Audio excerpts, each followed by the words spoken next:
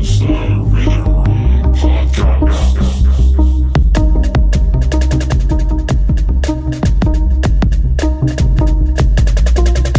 this is your host.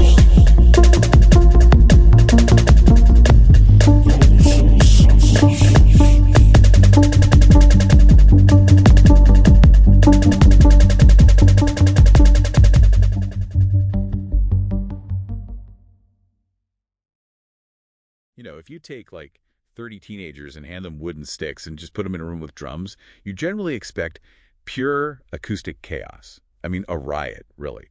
Welcome to today's deep dive. Thanks for having me. And yeah, it's true, yet if you've ever watched a high school drumline, that chaos becomes mathematically precise. Right. It transforms into like synchronized perfection. Exactly. It is the ultimate transformation of teenage energy. So for you, the learner, our mission today is to decode how an instructor pulls off that magic trick. Yeah. We've been looking at this fascinating text by Augusto Santos on the methodology of teaching percussion for marching bands.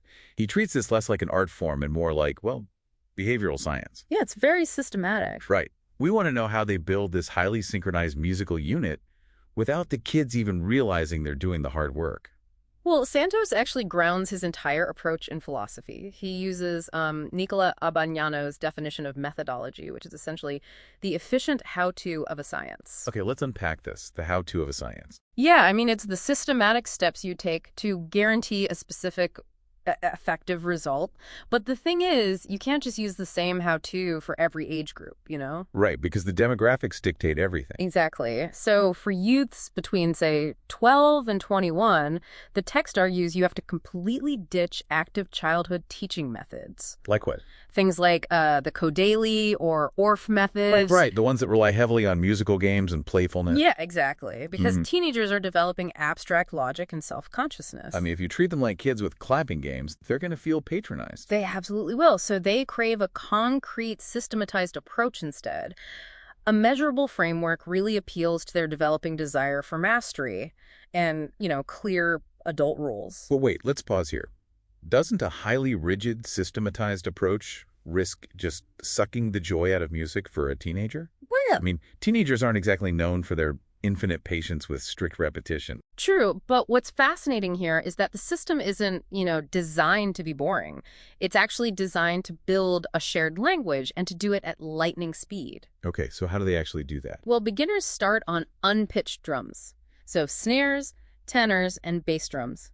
And they are all taught a universal grip. A universal grip, like the exact mechanical way the fingers hold the stick. Yes, exactly. So every single hand looks identical, and they learn the mechanics of syncopation together, playing off the main beat and rebounds. Which is literally just letting the stick bounce back naturally, right? Yeah. Rather than forcing it up with your wrist. Right, exactly. Let physics do the work. So it's essentially a rhythmic boot camp where everyone does the exact same drills before they're allowed to specialize. Yeah, and that shared foundation becomes crucial when you look at the bass drummers. A drum line usually has 3 to 5 bass drums, all pitched differently. Oh, wow. And they aren't playing unison rhythms. They play split parts. Wait, so imagine a single piano chord, but you only get to press one key, and you have to time it to the millisecond with 3 other people pressing their individual keys. That is a perfect analogy.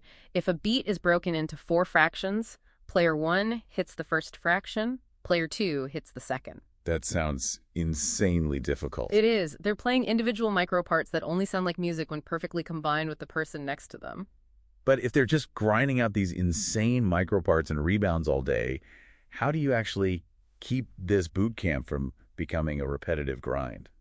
Well, the secret weapon is custom arrangements. Okay. Instructors don't just hand out dry exercise books, They write customized sheet music for the actual songs the band will perform. Oh, I see. And they secretly weave those complex technical drills right into the performance pieces. Here's where it gets really interesting. It's like sneaking pureed vegetables into a kid's pasta sauce. Yes. They think they're having fun playing real music, completely unaware they're practicing advanced techniques. Yeah, exactly. Say the band is playing a slow, simple song written mostly in basic eighth notes. Okay. The teacher uses that extra mental space to introduce a flam accent. A flam accent. That's when you sneak in a tiny split-second grace note right before the main beat, right? to create a thicker sound. You got it. Because the underlying song is easy to read, the student actually has the cognitive bandwidth to absorb the hidden technical lesson. That's incredibly efficient. It's almost a form of cognitive misdirection. But if you're hiding complex techniques inside easy songs, the teacher has to be a hawk. Oh, absolutely. You can't just let them play it wrong, or they'll build bad muscle memory without realizing it. Immediate on-the-spot correction is non-negotiable here. That intense feedback loop is what locks in the rhythmic reading. And the payoff must be massive. Huh. Once that rhythm foundation is internalized, the transition to melodic keyboards like the marimba or xylophone is remarkably fast, right? Oh, incredibly fast. Adding specific notes is just a minor adjustment because the reading and timing are already second nature. At that point, the teacher can finally step back. The chaotic teenagers have essentially become self-regulating musicians. Exactly. The methodology did exactly what it was designed to do: guarantee effective results. Which brings us back to that room full of chaotic teenagers holding wooden sticks. It wasn't magic that turned them into an engineered unit. It was highly efficient psychological design. Yeah. And it leaves you with something to ponder. If the ultimate way to master a complex skill is to have an expert secretly weave the hardest techniques into simple, enjoyable routines, what other difficult life skills could you master right now if you just slightly rearranged your daily environment to hide the hard work?